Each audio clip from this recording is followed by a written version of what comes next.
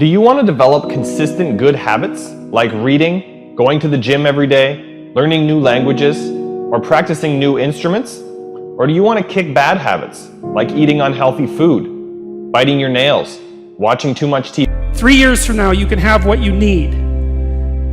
You got to be careful about it. You can't have everything. You can have what would be good for you, but you have to figure out what it is, and then you have to aim at it. We know that sometimes you can be uncomfortable, but you can be uncomfortable and hopeful rather than uncomfortable and fearful. People go through their lives without knowing what it is they want to do. You don't have to be where you think you want to be in order to be happy. You just got to be on the way to where you want to be in order to be happy. You're going to get what you're looking for. So if you're looking for success, you're looking for happiness, you're looking for prospects, you're looking for recruits or clients, I'm telling you, the more you're consciously looking for those things, you're going to see them. When you're looking to win, you're looking for victory. Sit on your bed one day and ask yourself, what remarkably stupid things am I doing on a regular basis to absolutely screw up my life? And if you actually ask that question, but you have to want to know the answer, right? Because that's actually what asking the question means. It doesn't mean just mouthing the words. It means you have to decide that you want to know.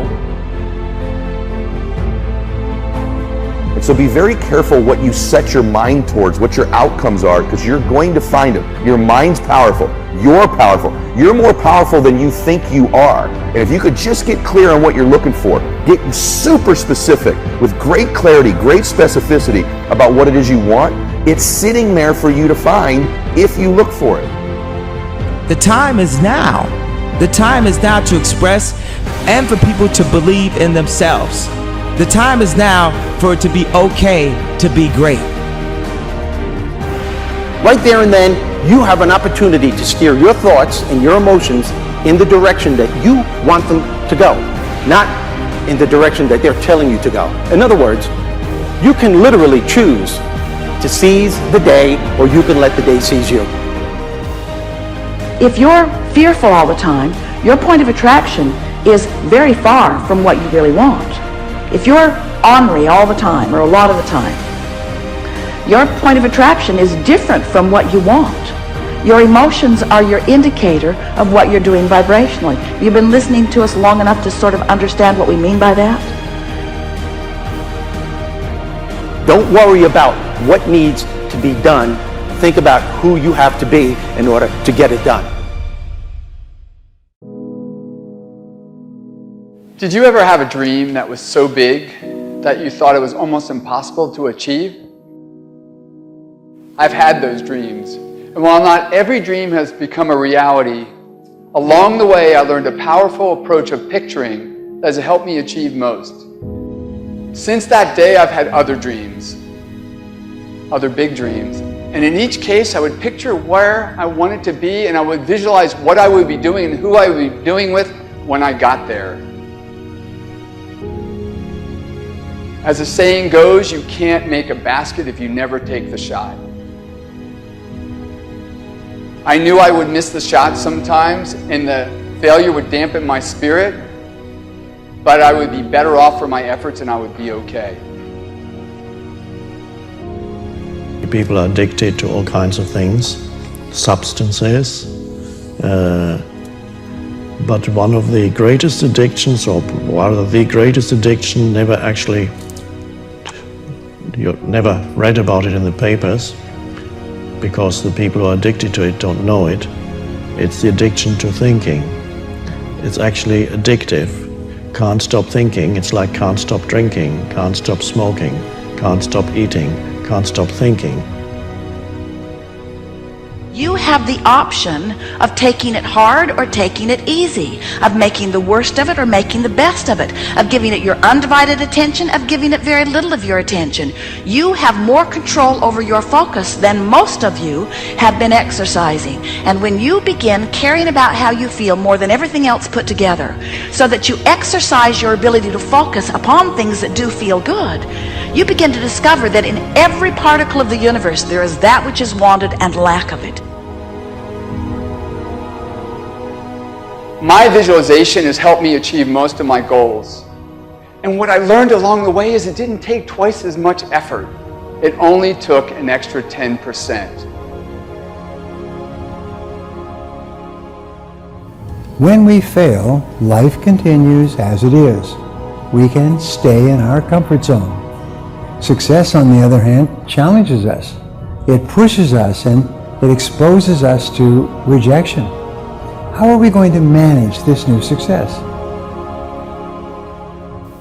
If you're not happy, you're not successful. If you're not enjoying yourself during the process of whatever it is you're trying to achieve, there's a problem. To me, the biggest disease on this planet is unhappiness.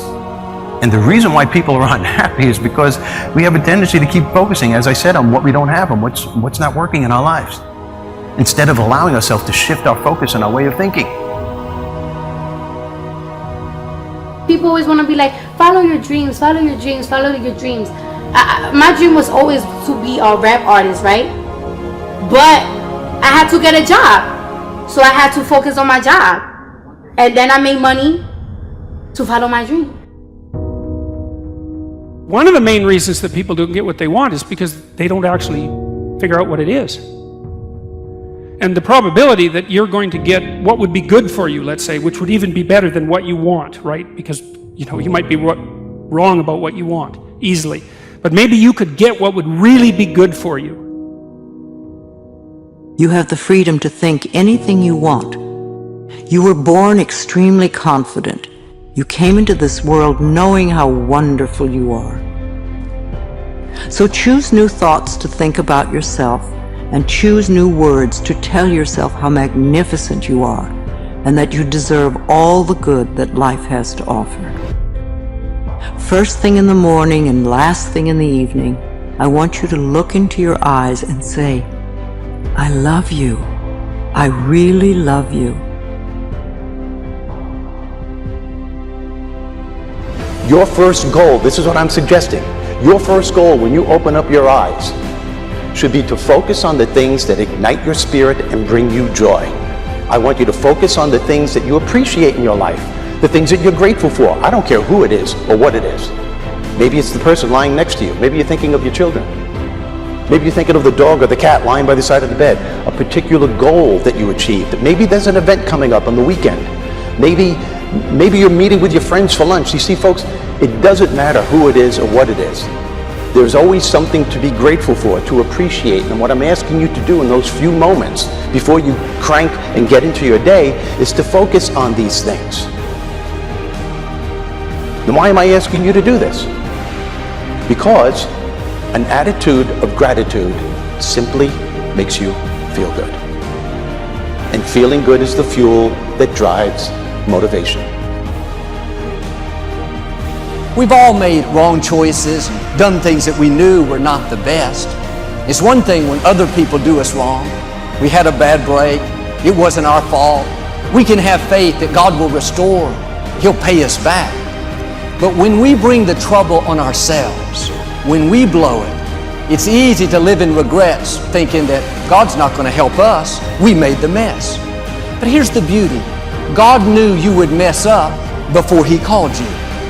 He knew we would get off course, at times give in to temptation. He didn't base His plan for your life on you making perfect decisions.